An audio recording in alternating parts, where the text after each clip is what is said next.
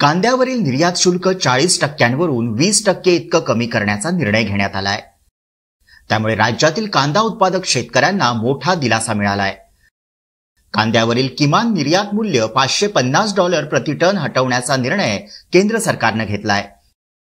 हे निर्यात शुल्क हटवण्यासाठी देवेंद्र फडणवीस यांच्या पुढाकारात केंद्र सरकारला साकडं घातलं होतं. यामुळे देवाभाऊ कांदा उत्पादकांच्या पाठीशी असल्याचं स्पष्ट झालंय.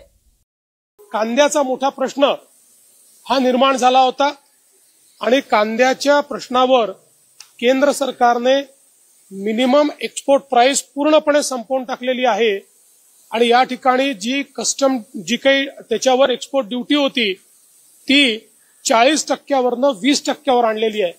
यामुळे कांद्याचे जे भाव आहेत ते स्थिर होण्याकरता, ते वर जाण्याकरता अत्यंत मोठा फायदा या माध्यमातून होणार आहे.